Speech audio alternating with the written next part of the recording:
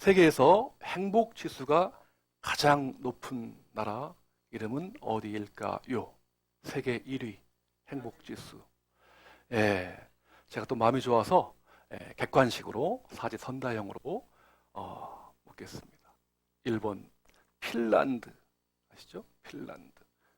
2번 스위스.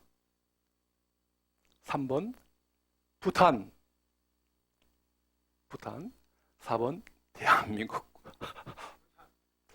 네, 맞으면 100점, 틀려도 감점은 없으니까 마구마구 얘기하시기 바랍니다. 네, 예. 부탄. 부탄. 예, 그러면 또 집사님도 핀란드, 스위스, 부탄, 대한민국 어디일까요? 네. 정답은 1번입니다. 핀란드. 네, 지난 6년 동안 세계 행복지수 1위 핀란드예요. 여러분, 우리가 알고 있기로 부탄이 한때 과거에 먼 옛날에 1위였어요. 예, 네팔과 함께 1위 다퉜는데 지금은요 95위예요. 거의 100위권으로 떨어졌어요. 부탄이.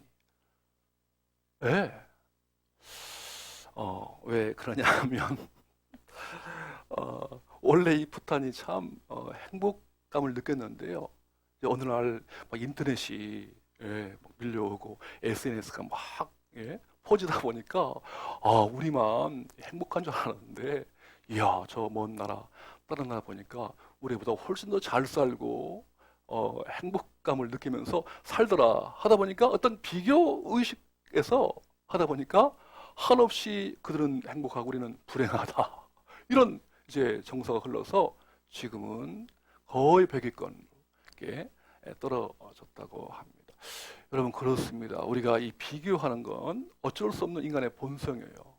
그러나 또 한 가지는 그 비교도 있지만 그러나 그 비교를 극복할 수 있는 방법이 있는데 오늘 나에게 주신 거, 내가 지금 가지고 있는 거를 이제 만족하고 감사하면서 이 자족하는 태도가 있으면 우리는 얼마든지 살아가는 환경과 관계없이 행복감을 느끼면서 살아갈 수가 있다 하는 것입니다.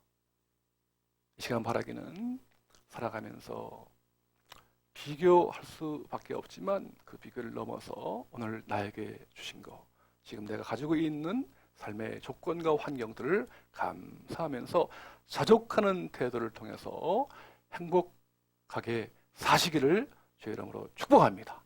아멘, 아멘.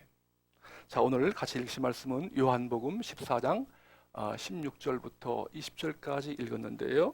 오늘 16절 보면 이렇게 되어 있죠. 내가 아버지께 구하겠으니 그가 또 다른 보혜사를 너희에게 주사 영원토록 너희와 함께 있게 하리니 라고 되어 있습니다. 여러분, 이 말씀 가운데 보혜사 하는 말을 주목해 보시기를 바랍니다. 보혜사.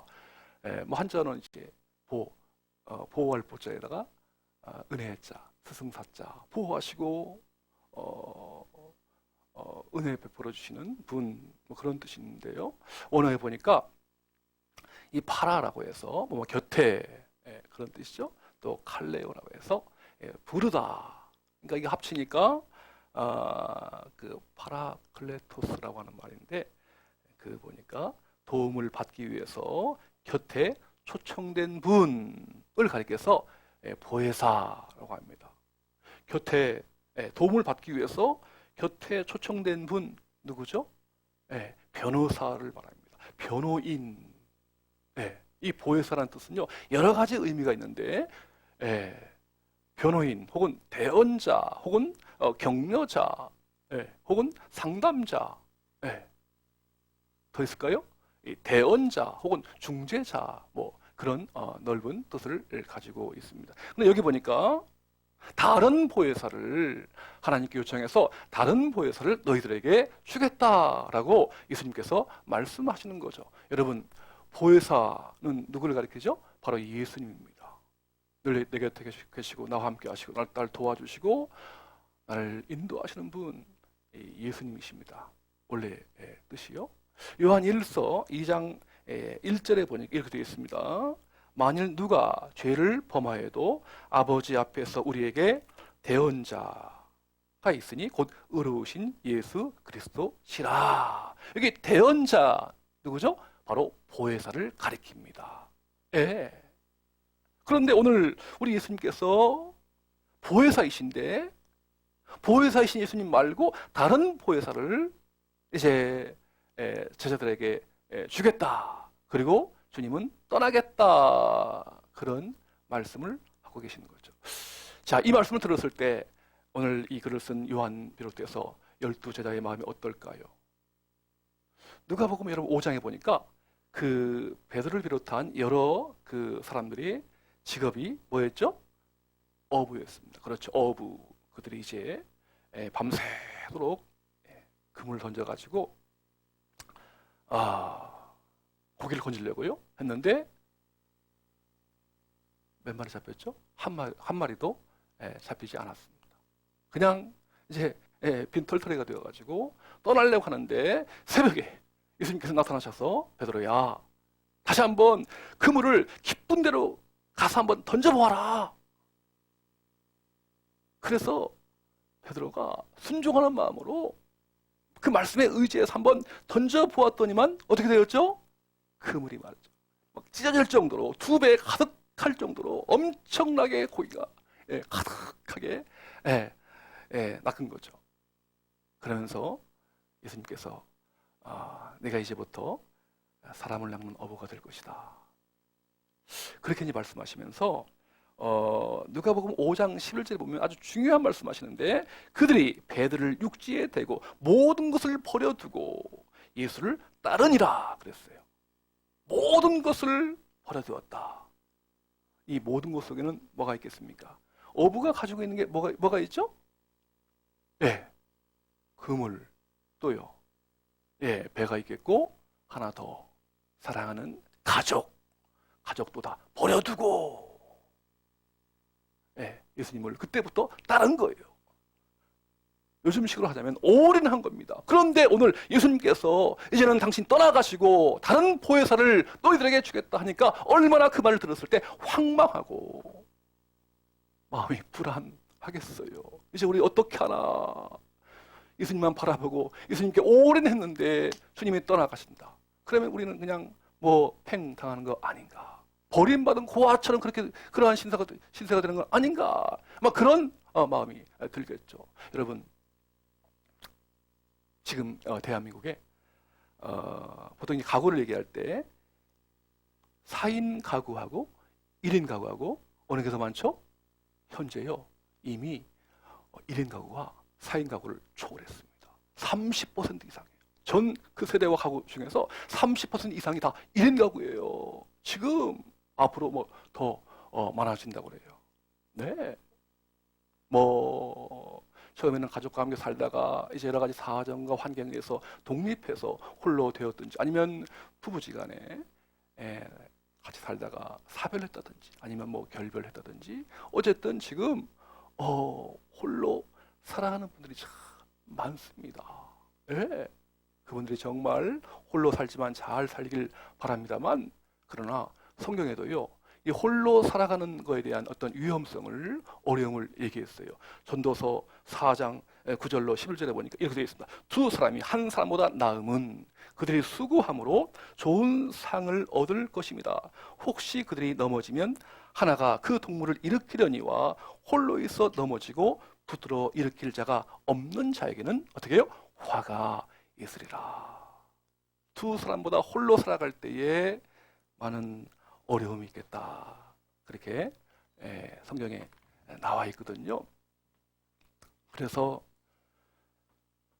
지난 2021년도에요. 우리 대한민국에 고독사 아시죠? 고독사로 돌아가신 분들이 3,378명입니다.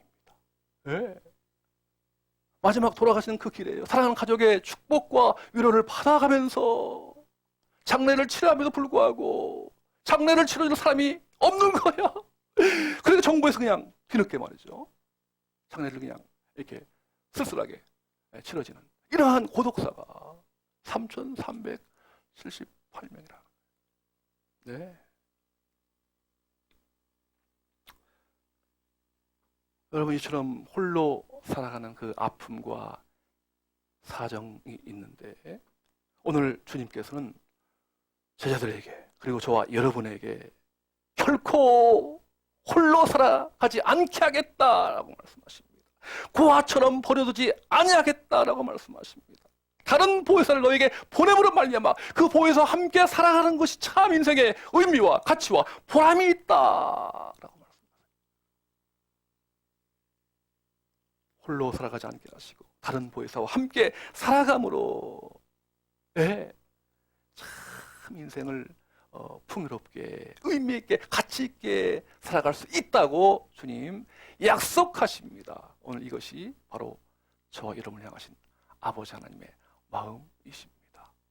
아멘. 오늘 본문 속에 나타난 하나님은 우리와 함께 하시는 하나님이시거든요. 그럼 어떻게 이런 일이 가능합니까? 어떻게 그 다른 보혜사와 함께 살아갈 때에 정말 인생을 풍요롭게 가치 있게 살아갈 수 있을까요? 오늘 다른 보혜사의 정체가 과연 무엇일까요? 네, 뭐죠? 다 같이 한번 요한복음, 오늘 본문 그 뒤편에 있는 요한복음 15장 26절 말씀을 주목해 보시기를 바랍니다. 요한복음 15장 26절, 다 같이 한번 시작. 보혜사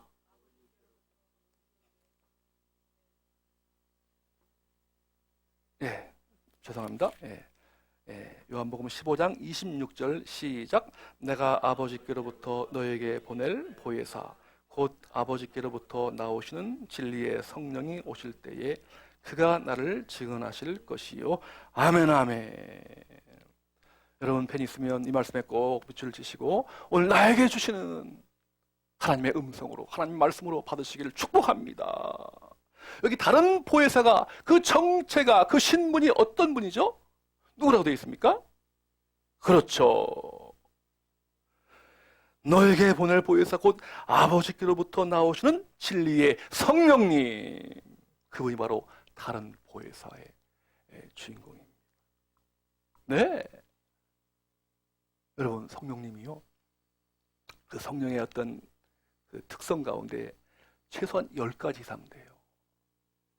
창조의 영, 의의 영, 예수의 영, 말씀의 영 많이 있는데 오늘 대표적인 성령 하나님의 그 모습이 뭐라고 되어 있죠? 진리의 성령이다.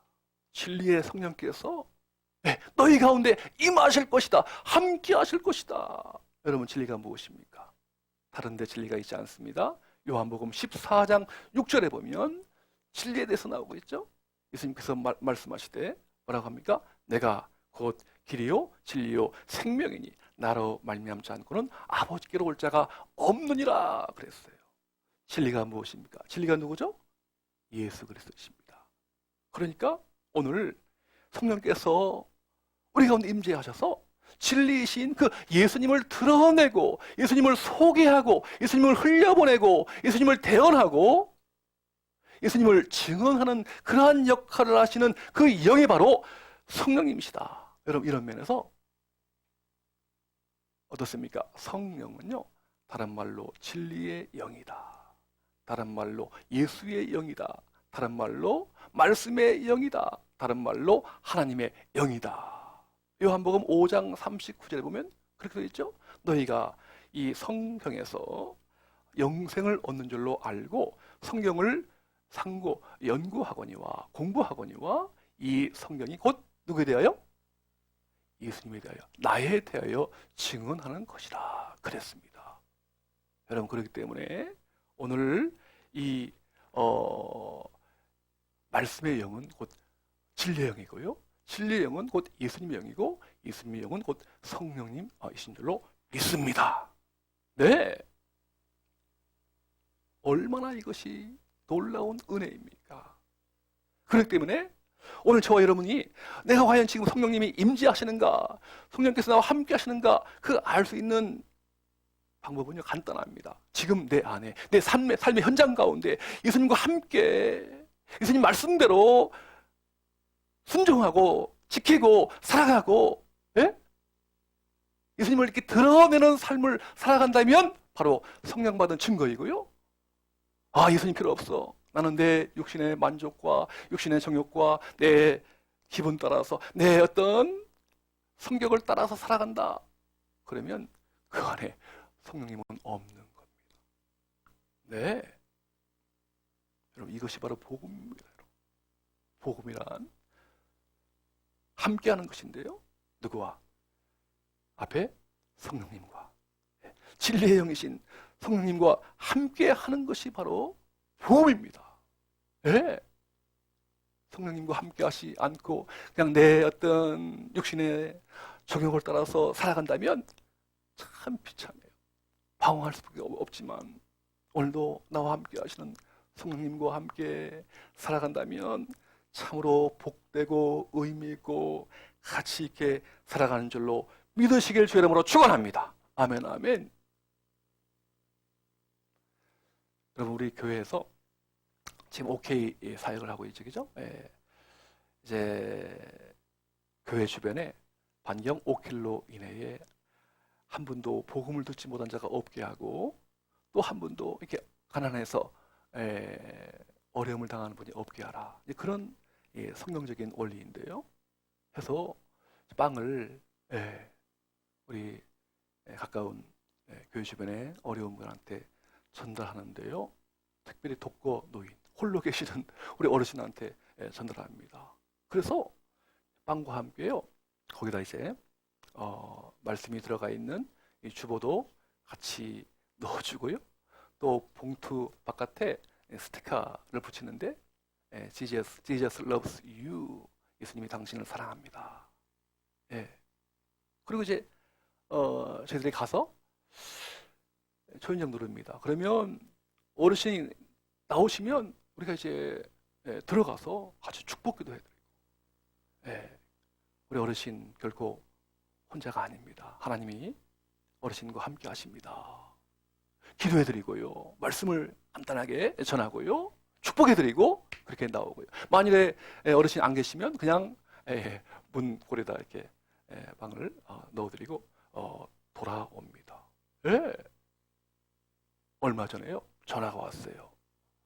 어떤 여자 분한테 전화가 왔는데, 목사님이십니까?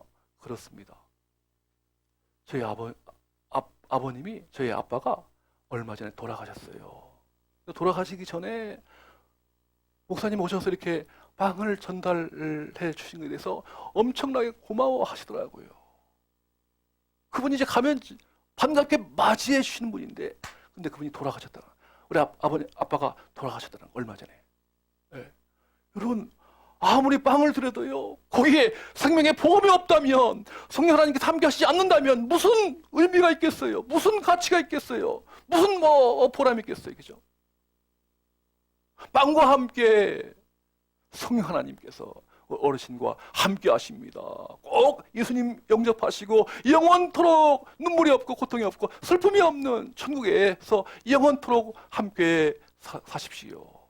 그렇게 축복할 때에 정말 보람 있는 사역이 아닐까요? 우리 이제 이번 주간에 우리 교회 성도님 가운데 이제 일본 여행 가는 분이 계십니다. 네. 자, 아들과 함께 가신다고 하는데, 자, 비행기 이제 아들과 함께 가면 티켓을 몇 장 끊죠? 몇 장 끊습니까?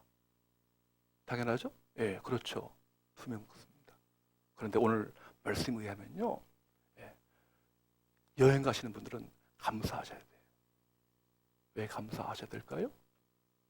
네? 비행기 사실은 석장을 끊어야 돼요. 만약 2명 간다면 석장을 끊어야 돼요. 또 한 분이 누구죠? 또 한 분이 바로 성령 하나님. 눈에 보이지 않지만 늘 나와 함께 하시고 여행을 하든지 뭘 하든지 늘 내게 곁에 계셔서 도와주시고 함께 하시고 갈 길을 인도하시는 분. 근데 그 티켓은 공짜 아닙니까? 감사하셔야지. 우리 오 집사님 어떻게 생각하십니까? 어떻게 생각하시는지.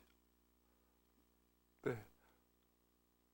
아멘이시라고 그렇게 얘기하십니다. 아멘이시죠? 네, 그렇습니다. 아멘, 아멘.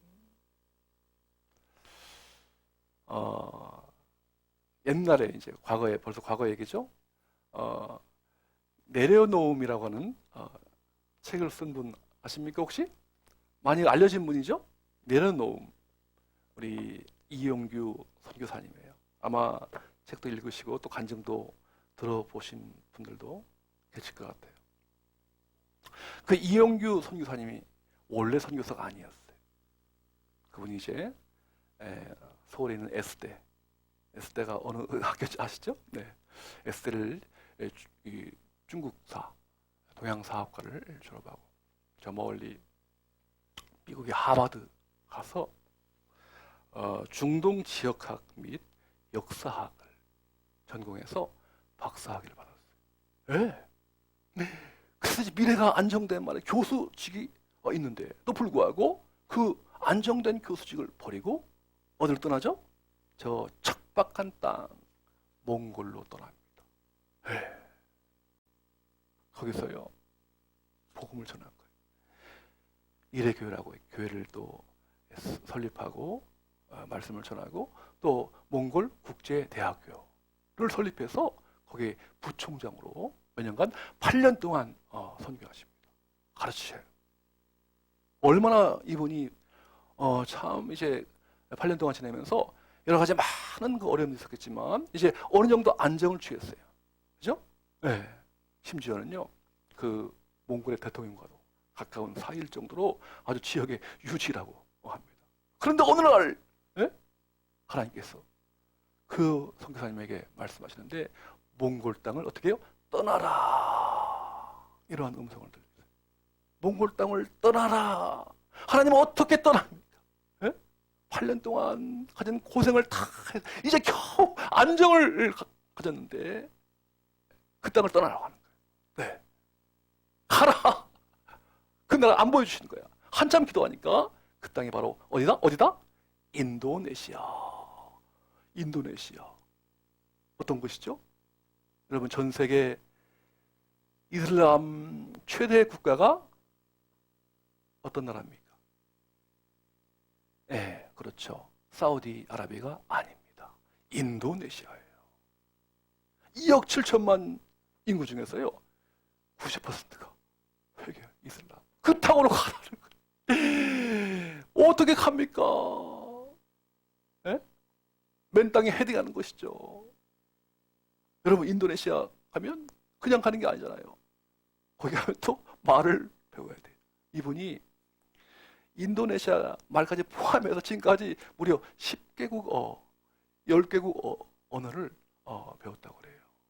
그리고 결혼 이후에 12번씩이나 이사를 했다고 그래요. 네? 그 땅에 가면 가신 것도 없지. 새롭게 그야말로 맨 땅에 헤딩해야 되는데 다시 시작해야 되는데 가라고 하시는 거야. 네.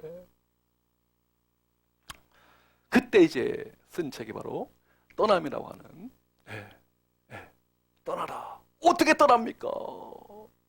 떠날 수 없죠. 그러나 내가 너와 함께 가마. 내가 누굽니까? 바로 성령 하나님. 그래서 이제 원래는 이분이 이 중국사 가지고 이게 그 전공을 하려고 했는데 15년 전에 하버드에서 중국사 대신에 이슬람학으로 이렇게 변경했는데 인도네시아 가보니까 아하 그렇구나. 하나님께서 중국학이 아니라 이슬람학으로 공부하게 하시게 한 그 이유를 그제서야 깨닫게 되었다고 합니다. 인도네시아는 이제 이슬람권이니까요. 그래서 지금 성령 하나님과 함께 동행하면서 자카르타 국제대학교, 그렇죠? 자카르타 국제대학교를 설립해서 아주 활발하게 아름답게 지금 사역하고 있는 중이랍니다. 사랑하는 여러분, 오늘 설교를 마치면서 그분이요 이 책에서 마지막 부분에 인용한 고백한 그 내용을 제가 한번 읽어드리고 오늘 설교를 마치려고 하는데요. 바라기는 여러분 결코 인생이 녹록지 않지만 여러분 홀로가 아닙니다. 1인 가구라 할지라도 홀로가 아니라고요. 성령 하나님께서 지금부터 영원토록 여러분과 함께 하시다는 것을 믿으면서 담대하게 살아가시길 축복합니다. 아멘, 아멘. 제 지난 길을 돌아보면 뒤뚱뒤뚱 버거운 걸음걸음, 부끄럽기 그지없는 발자취입니다. 그럼에도 위로가 되는 것은 그런 저를 성령 하나님이 품에 안으셨다는 사실입니다. 그분이 함께 하시는 것을 느낄 수 있다면 무의미한 것처럼 보였던 일상들이 중요한 의미로 당신에게 말을 걸어올 겁니다. 그 경험 속에서 성령 하나님의 풍성함의 여유를 충만하게 누리시기를 축복합니다. 아멘.